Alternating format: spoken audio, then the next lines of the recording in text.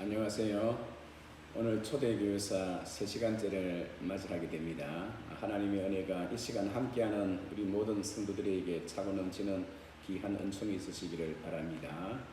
여호와의 율법은 완전하여 영혼을 소성시키시고 여호와의 증거는 확실하여 우둔한 자를 지혜롭게 하며 여호와의 교훈은 정직하여 마음을 기쁘게 하고 여호와의 계명은 순결하여 눈을 밝게 하게 하시는도다.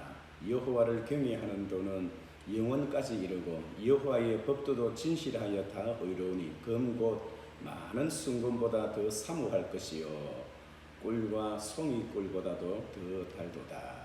시편 19편 7절 이하의 말씀입니다. 우리가 교회 역사, 세상 역사 모든 공부를 하는 데 있어서 본 바탕은 하나님의 말씀입니다. 그러므로 역사보다 철학보다 문학보다 더 중요한 것은 하나님의 말씀이 되어야 합니다.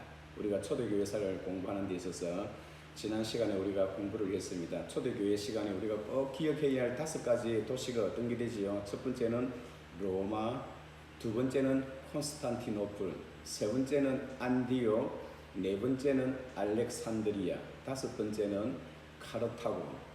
초대 기독교 시대 때에 이 5개의 도시를 중심으로 해서 기독교가 번창해 나갔고 그것을 중심으로 하여 오늘날 우리 교회까지 이 부산까지 하나님의 복음의 말씀이 진행되어져 왔습니다. 그렇다면 오늘은 지난 시간에 이어서 로마 제국과 기독교의 그 관계 속에서 우리 기독교가 어떻게 작은 그런 나세렛에서부터 시작되어진 그 작은 그 신앙과 믿음이 온 세계를 다 덮을 그런 신앙과 힘으로 성장하고 자라날 수 있었던 그 배경이 어디였는가를 다시 계속해서 우리가 살펴보고자 합니다.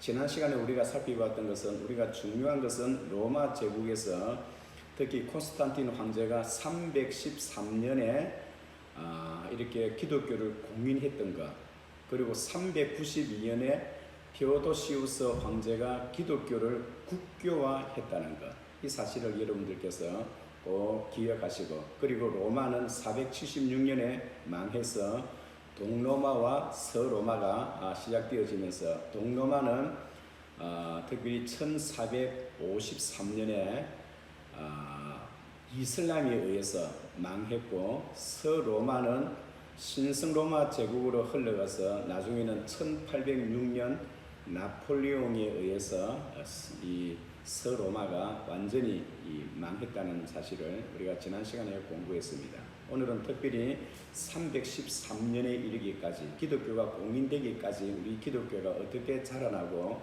처음에 유대교와의 관계 속에서 어떻게 형성되어 왔는가를 살펴보고자 합니다. 초기에는 우리 기독교와 유대교는 어디서부터 시작되어지느냐니까 항상 성전 중심이었습니다. 그런데 우리 기독교가 성장하는 데 있어서 최고의 걸림돌이 유대교와 로마 제국이었어요. 기독교가 형성되어지는 과정 속에서 우리 기독교는 반드시 유대교의 벽을 넘어야 하고 로마 제국의 벽을 넘어야 했던 것입니다.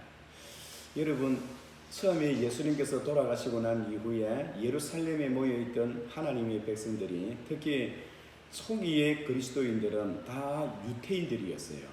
그 유태인들은 유대교도 가지고 있었고 기독교도 가지고 있었고 유대교와 기독교가 성전 안에서 같이 공존했어요.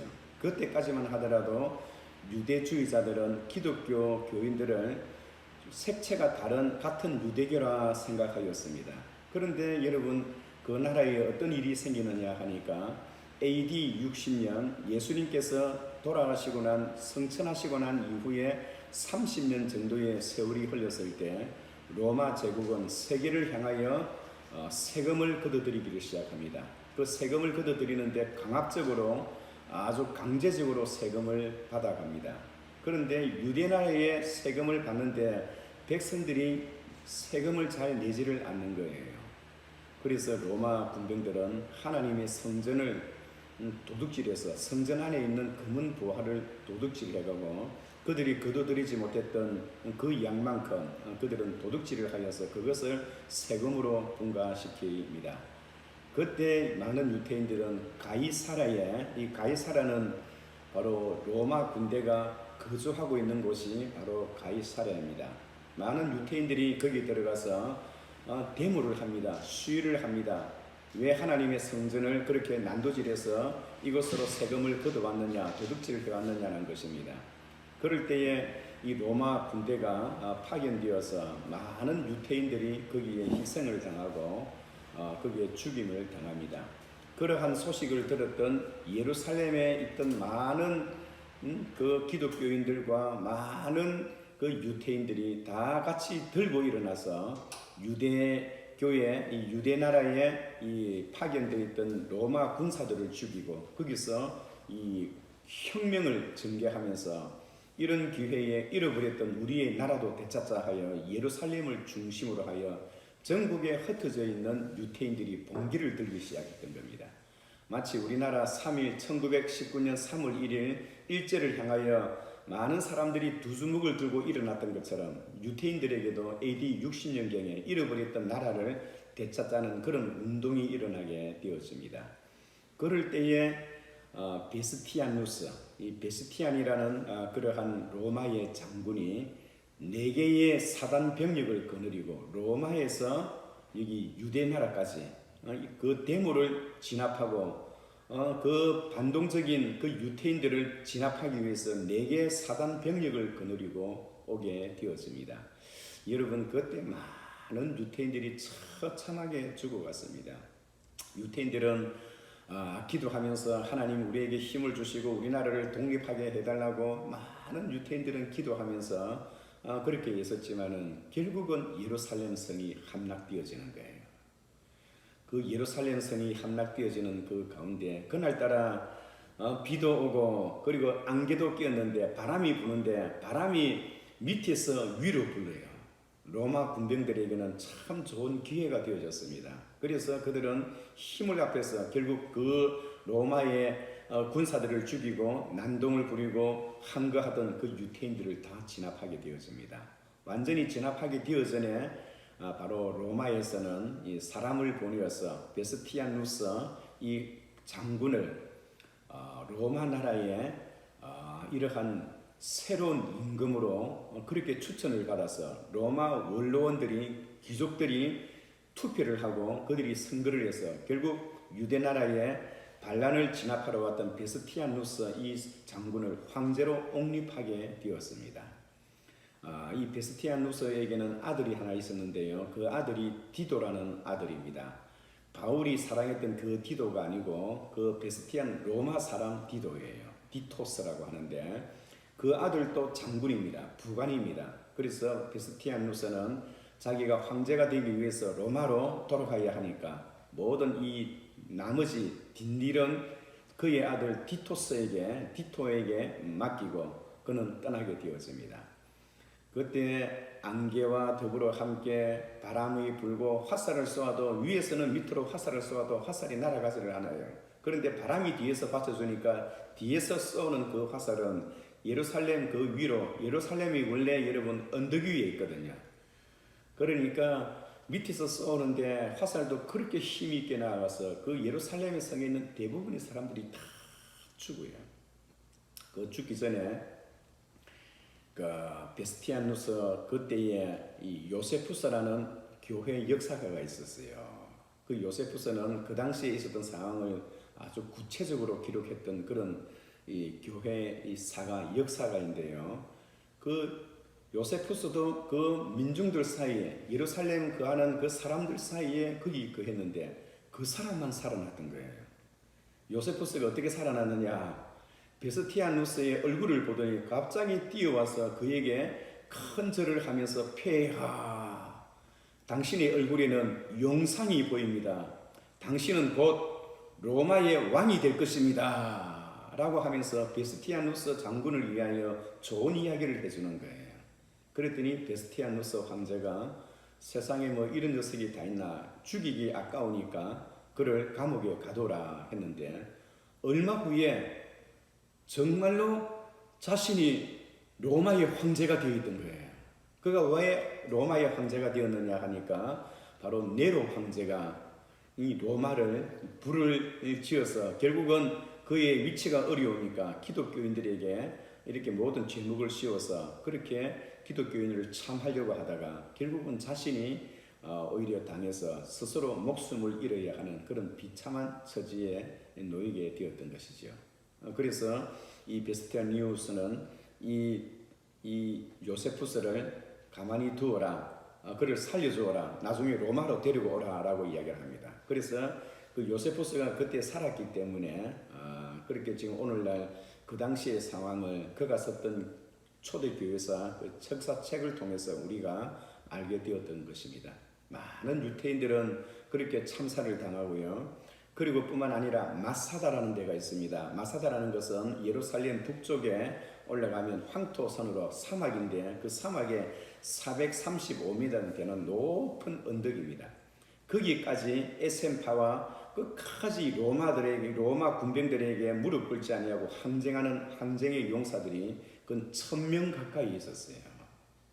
그들은 끝까지 그 성 위에서 그들은 성을 쌓고 그 위에서 적들을 막기 위해서 최선을 다해서 자기들이 3년 동안 로마 군들과 이렇게 항쟁을 벌이다가 나중에는 결국은 자기 스스로가 다 집단 자살을 하고 나중에 살아남은 사람들은 여자 2명하고 어린아이 3명만 거기서 살아났던 것을 우리가 볼 수가 있습니다. 여러분들께서 다음에 성기순례 가시면 그 마사다에 올라가면 그들이 3년 동안 로마를 항거하기 위해서 어떻게 그들이 생활했는가 그것을 자세히 보고 올 수가 있습니다. 저는 이미 그 마사다에 가서 그들의 생활 양태가 바로 그 높은 435m나 되는 그 높은 그 언덕에서 어쩌면 그들이 이렇게 자유롭고 평화롭고 목욕탕도 만들어서 자기들끼리는 최선을 다해서 하나님을 섬긴다고 하면서 하다가 결국은 다 스스로 집단 자살하고 사라졌던 그런 인물입니다.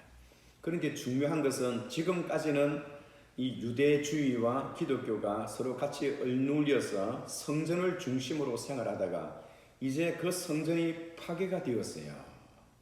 로마의 군병들은 그 성전 안에 들어있는 그 벽돌 하나하나에까지 금은 보화가 섞여 있는가 싶어서 그 바위를 던져서 그 벽돌 하나하나를 다 끼워서 그 안에 있는 진주와 다이아몬드가 발견되어지면 그것은 자기 거다라는 그런 명을 받았던 그 로마 이 군사들은 마치 굶주린 이리처럼 성전에 뛰어가서 그 성전을 헐고 보물찾기에 그렇게 신경을 썼습니다.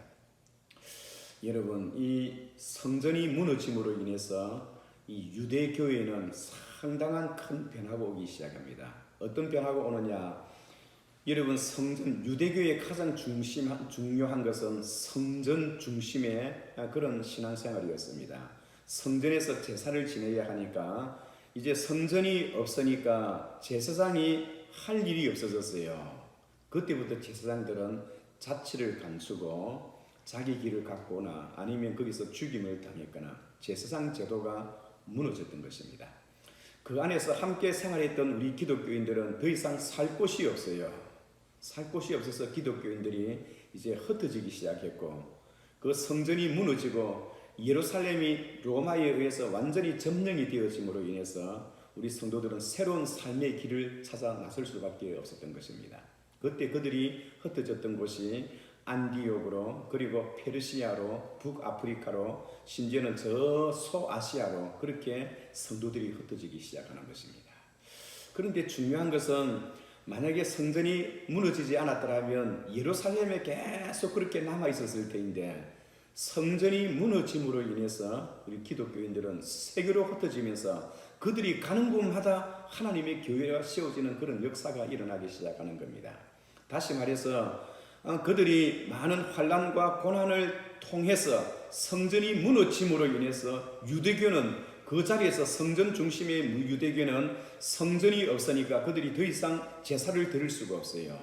그래서 유대교에서는 성전 대신에 시나고그라 하여 회당을 만들어서 지금까지는 짐승을 잡아서 그렇게 제사를 드림으로 예배를 드렸던 그러한 유대인들이 이제는 회당에서 짐승을 잡는 것이 아니라 하나님의 율법을 공부하면서 그렇게 하나님 앞에 그렇게 예배를 드렸어요. 제가 미국에 오랫동안 머물고 있을 동안에 제가 유태인들이 모이는 시나고그 회당에 여러 번 가서 예배를 드린 적이 있습니다. 유태인들이 드리는 예배는 한 3시간 정도 드려요.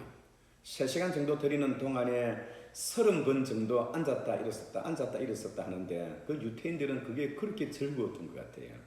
하나님의 율법을 사랑하고 말씀을 사랑한다는 그런 의미에서 두루마리기를 가지고 와서 그 두루마리 성경을 다 돌아가면서 키스를 다 해요. 사실 보면 하나님의 말씀은 살았고 운동력이 있어 좌우의 날선 어떤 금보다 예리하여 우리의 영과 홍감이 관절과 골수를 찔러 쪼개기까지 하는 그 하나님의 말씀이 우리가 입으로 키스한다고 해서 그 말씀을 사랑하는 그런 표시가 될까요? 그 말씀을 가슴 속에 새기고 암송을 하고 그리고 그 말씀을 늘 되새김질하면서 그 말씀대로 살려고 하는 그러한 마음을 하나님 원하고 계실 것입니다. 예루살렘을 중심으로 유태인들은 아람어를 사용하였던 그들이 이제는 새로운 헬라 세계로 그리스 세계로 나아가서 복음을 전파하는 그런 역사가 일어나게 되어집니다.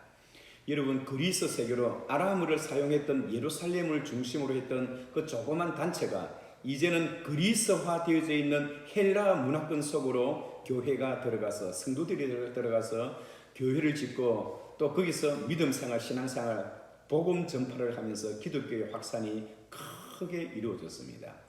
만약에 성전이 무너지지 아니하고 그대로 가만히 있었다면 아마도 기독교인들도 계속 그곳에 머물러 있었을지도 모릅니다. 그런데 사도 바울의 그 전도와 그리고 그 역사적인 그 뒷배경 속에서 성전이 무너짐으로 인하여 많은 성도들이 세계로 흩어짐으로 인해서 그곳에서 힘을 다해서 교회가 더 세워져 갑니다. 그런데 중요한 것은요, 예수님의 제자들도 한 70년 정도 되니까 세상을 떠나시는 분들이 많이 있어요. 전쟁의 6 내지 7년 정도의 그 전쟁을 통해서 그리고 로마에서는 바울과 베드로가 순교를 당했지요. 그리고 예수님의 제자들도 가서 다 그렇게 세상을 다 떠났습니다. 예수님께서 살아계실 때에는 예수님의 설교를 들으면 바로 하나님이 누군가를 알 수가 있는데 예수님이 성천하시고 난 뒤에는 제자들이 예수님이 어떤 분인가를 나타내며 설교를 하였어요. 그런데 예수님의 제자들도 이제 세상을 한 분, 두 분 세상을 떠나다 보니까 예수님 시대에 살았던 그 사람들이 다 없어지는 것입니다. 그래서 예수님의 제자들이 예수님을 보고 느끼고 체험했던 지금까지 설교했던 그것을 어떤 문서로 남겨야 할 필요성이 있었어요. 그리해야만이 다음 세대에 예수님이 누구였던가 그분이 어떤 일을 했었던가 문서로 남길 수 있잖아요. 그래서 그때부터 성경이 서여지게 되어집니다. 그 당시에 가장 문제는 예수님이 누구인가, 어떻게 오셨는가, 그분이 누구인가, 이것이 가장 큰 문제였어요. 특히 그 시대에는 두 가지 흐름이 있었는데요. 하나는 에비온파이고 하나는 영지주의가 있었어요. 이 에비온파는 유대나라 예루살렘을 중심으로 한 유태인들 가운데 그들이 만약에 그가 이 땅에 오셨다면, 하나님이 이 땅에 오셨다면 그분은 하나님이시지 그분이 어떻게 사람의 모습으로 되어 있었는가, 사람이면서 하나님 된다는 것은 있을 수가 없는 일이야. 하나님은 예수는 누구냐 하니까 예수님은 많은 사람들 가운데 가장 똑똑하고 영리하고 영적으로 충만하고 성령이 충만하고 무엇보다도 그 예수님은 사람들 가운데 지혜가 가장 많은 분이시기 때문에 하나님이 그를 세워서 하나님의 아들로 그렇게 세웠다라고 하시면서 예수님은 신이 아니고 사람이라는 거예요. 사람이 사람 중에 가장 똑똑하고 유능한 사람이 바로 예수님이라는 겁니다. 그래서 하나님이 그 유능하고 똑똑한 예수님을 세워서 구세주로 만들었다는 거죠. 이러한 사상을 가진 것이 유대교 사이에서 나온 사상입니다. 그 대표적인 사상가가 바로 에비온파예요. 그런데 그리스 지역으로 교회가 옮겨지게 되니까 그리스는 여러분 잘 알다시피 플라톤 철학이 철학화되어 있는 그런 나라고 그런 분위기잖아요. 이 플라톤 철학과 그 그리스의 그 신화에 의하면 신이 이렇게 이 사람이 된다는 것은 있을 수가 없는 거예요. 그 신은 항상 신으로 있어야지, 신이 사람의 육신을 입고 사람과 동시에 신이 된다는 것은 있을 수가 없었습니다. 그래서 거기서는 예수님은 바로 하나님이신데 육신의 몸을 입고 오신 것이 아니라 그냥 사람의 형태로 이 땅에 오셨다. 예수님이 이 땅에 오셔서 십자가에 못 박히실 때 그 아픈 고통을 당하는데도 불구하고 비명을 한 번 지르지 않았던 것은 예수님은 육신을 입고 오신 것이 아니라 영적으로 오신 분이기 때문에 육신으로서는 그것을 감당할 수가 없다는 거예요. 그러한 사상을 영지주의라고 해요. 영어로는 그노스티시즘이라고 하지요. 영지주의의 가장 근본은 바로 지식을 통하여 구원을 얻는다. 지식이 있으면 구원을 갖는다. 이 지식이 가장 중심된 그런 부분이지요. 영지주의의 가장 대표적인 인물을 한 사람 들으라 하면 여러분들께서도 평신도이지만은 말시온이란 사람의 이름을 기억해 놓으시면 되겠습니다. 이 말시온이란 사람이 그 당시에 초대교회 때 얼마나 교회를 분잡하게 만들고 또 사도 바울이 증거했던 그 말씀에 대해서 얼마나 그렇게 그 말씀을 반기를 들고 잘못되었다 기독교를 이단화하게 했던 근본적인 사람이 바로 말시온입니다. 이 말시온이라는 이 사람과 영지주의는 나중에 결국 성경, 예수님이 돌아가시고 제자들도 다 돌아가셨으니까 어떤 성경 작업을 해야 합니다. 어떤 문서로 남겨야 했습니다. 예수님의 가르침을 문서로 남기는데 이 말시온은 무엇보다도 누가복음만이 참다운 복음이다. 그리고 또 저 뒤에 있는 바울 서신 가운데 일부만이 참다운 성경이다. 왜냐하니까 그 당시에는 성경을 많이 기록했습니다. 많은 사람들이 자기가 느끼고 보고 들었던 바를 글자로 문서로 남겼기 때문에 각 교회가 그 문서를 보고 그렇게 신앙생활, 믿음생활을 하였어요. 그래서 우리 기독교 공동체에는 아무거나 가지고 이단들이 썼던 많은 문서들도 있어요. 그것을 가지고 믿음생활을 할 수가 없어서 그 어려운 성 가운데에서 정경화 작업을 합니다.